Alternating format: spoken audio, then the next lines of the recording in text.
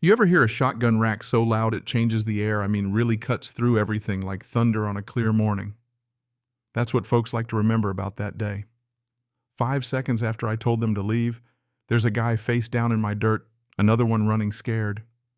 And the only thing that seemed to matter, the only thing anyone talks about, was the sound of that pump action chambering around. That's the headline, right? The thing people share and retweet. But let me tell you something, the truth didn't start with that sound. No, sir. It started with quiet, the kind you earn out here. The kind that says you're finally far enough from other folks' business that you can hear your own breath again. It was a little after 7, sun barely up, dew still hanging onto the grass, horses shifting around waiting on their breakfast. Out here, peace is something you have to work for. You build fences, you keep your distance, you mind your own business, and hope the world returns the favor. I was on my porch, coffee in hand, boots still wet from checking the line. Didn't know yet that a black SUV with no plates was already nosing up my drive. Didn't know somebody was about to treat my closed gate like it was a mere suggestion. That's the funny thing about mornings out here, they come in slow, and if you're lucky, they stay that way. I'd closed my gate the night before like I always do, not out of fear, just out of respect for my land, for the line it draws. City folks don't always get it. To them, a gate's an inconvenience, a speed bump at best. But here, a closed gate says stop, ask, turn around if you don't belong. And the signs, big red plain as day, no trespassing, private property. I made sure you could read them from the road without even slowing down. So when those tires started grinding into my gravel, slow, heavy, deliberate, well, that told me all I needed to know. This wasn't an accident, and it sure as hell wasn't friendly. Mist was just burning off, sun sliding low across the field. Horses' ears perked up daisy, especially because animals always notice when something's off before we do. That black SUV crept right up to the gate and stopped. No plate front or back windows, tinted so dark you could see your own reflection before you saw the driver. For a split second, I hoped maybe they'd read the sign, turn around, spare us both a headache. But the driver's door swung open. Big guy, shoulders like a linebacker, stiff as a board. Didn't look at the signs, didn't hesitate, just grabbed my latch and yanked. Metal screamed across metal as he shoved the gate open, then stood there holding it like he'd done me a favor. That's the first line crossed. SUV rolled through, tires popping over my dirt, stopped at the bend. Doors opened. 2 more guys, both built thick in the neck, navy shirts with patches that tried way too hard to look official. And then her. Blonde bob sunglasses, before 8 a.m. boots that had never seen real dirt, and a tablet hugged to her chest like a badge of honor. They paused, looking my land over like it already belonged to them, rearranging it in their heads. I set my coffee down, stepped off the porch, and said, "Morning. You just opened a closed gate on private property." She smiled, that thin, professional kind, and started toward me.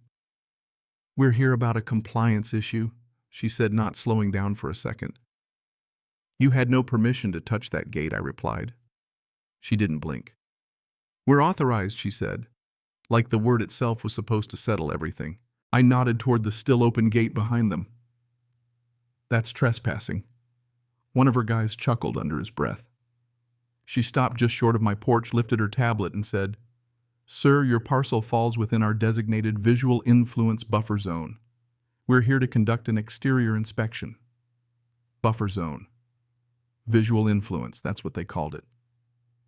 Big words meant to bulldoze simple truths. I told her, "No, you're going to close my gate and you're going to leave right now." For a second, nobody moved. Then she lifted her chin and said, "Proceed." Just like that, my quiet morning took a sharp left turn. Her men started to spread out. One drifted toward the barn, another angled left. The third stayed glued to her shoulder, phone already up, recording me. That's when it hit me, they weren't here to inspect anything. They wanted a reaction.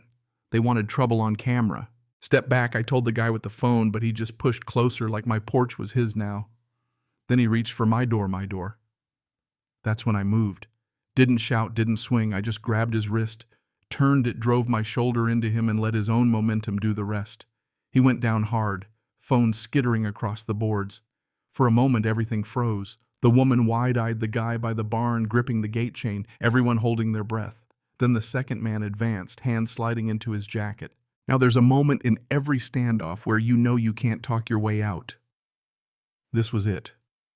I stepped back, reached into the porch cabinet, and pulled out my old pump shotgun. Kept it low, not pointing, not threatening, just ready. Worked the pump once. That sound, it cut through the morning like a blade. Nobody moved, not a soul. The man's hand came out, empty, fingers wide. "This ends right now," I said. "Nobody moves closer. Nobody touches anything else. You're leaving. Now." For a second, nobody believed me. Then the driver panicked, ran for the SUV, started it, threw it in reverse, gravel flying everywhere. The woman screamed, pounded on the quarter panel, but he was gone. Left her standing there, furious and alone. Her enforcer, Jeff, tried to stand, but his arm wasn't right. "Get up!" she barked. He just looked at her, wounded in more ways than one. The other guy finally helped him, dragging him toward the gate. "This is your fault," she spat at Jeff, blaming him for her mess as they left. When they were finally gone, I shut the gate myself, called the sheriff, and waited. The officers arrived, a couple good men who know the land better than the law. I handed them my phone, showed them the gate cam footage, the closed gate, the trespass, the escalation, the whole thing. They watched it all silent. Bill, the deputy, just shook his head. "That's pretty clean," he said. But Karen, the blonde with the tablet, she wasn't done. She'd waited at the county road, followed the cops back, jumped out, and started yelling about assault and brandishing firearms. Bill didn't even look at her. "Ma'am," he said, "do you have any permit or court order?" She blustered about HOA authority, expansion plans, visual buffers, all that nonsense. Bill just asked if the land was in her HOA. It wasn't. "Then your authority ends at the fence line," he told her. Couple days later, I get a certified letter, 4 pages of legal threats, charges of assault, brandishing a firearm, and my favorite visual sabotage of community aesthetics. But the kicker attached was a still from my own security footage with the caption, "Defendant engaged in intentional public humiliation." That's when I realized Karen's real game wasn't about winning in court. It was about punishing me for saying no. I called Julia, my old military buddy turned attorney, someone who knows how to tear lies out at the roots. I sent her every deed, survey map, email, and video I had. She found the smoking gun. Karen's HOA had faked their zoning overlay, extending their buffer zone into land they never had any right to. Metadata doesn't lie. And when you mess with the county records, you're asking for a world of hurt. Then came the twist. Jeff, the guy I'd dropped on my porch, showed up one evening. Didn't come looking for trouble. He looked tired, like a man who'd finally had enough. Handed me a flash drive with everything, texts, internal memos, emails of Karen telling them to apply pressure until he panics. Proof she'd bragged about faking the maps. "I'm not giving you this because I like you," Jeff said. "I just want out." That's the moment I knew the whole story was about to change. Julia took one look at that flash drive and grinned. "We let her testify," she said. "We let her hang herself with her own words." And that's exactly what happened. Courtroom was packed. Neighbors, reporters, even a couple ranchers who'd had their own run-ins with Karen's kind.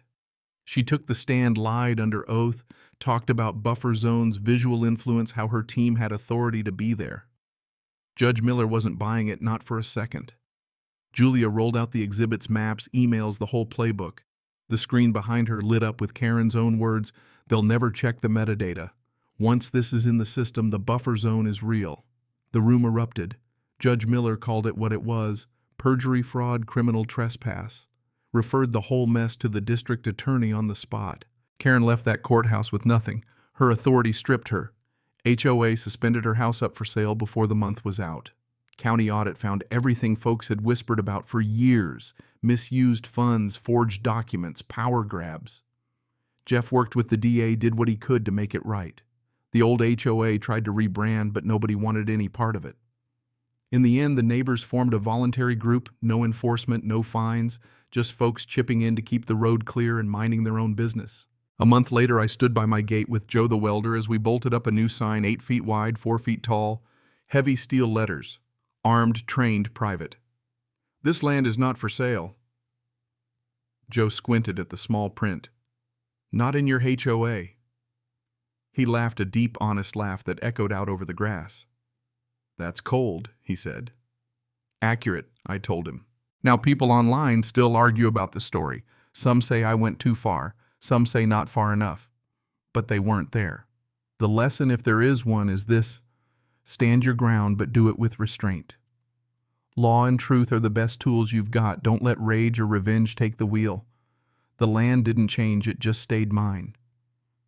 And sometimes in this world, that's the strongest ending a story can have. So let me ask you, where do you draw your line? When does defending what's yours become something else entirely? Drop your thoughts below. If you've ever had to stand your ground, tell me about it because I promise someone out there needs to hear it.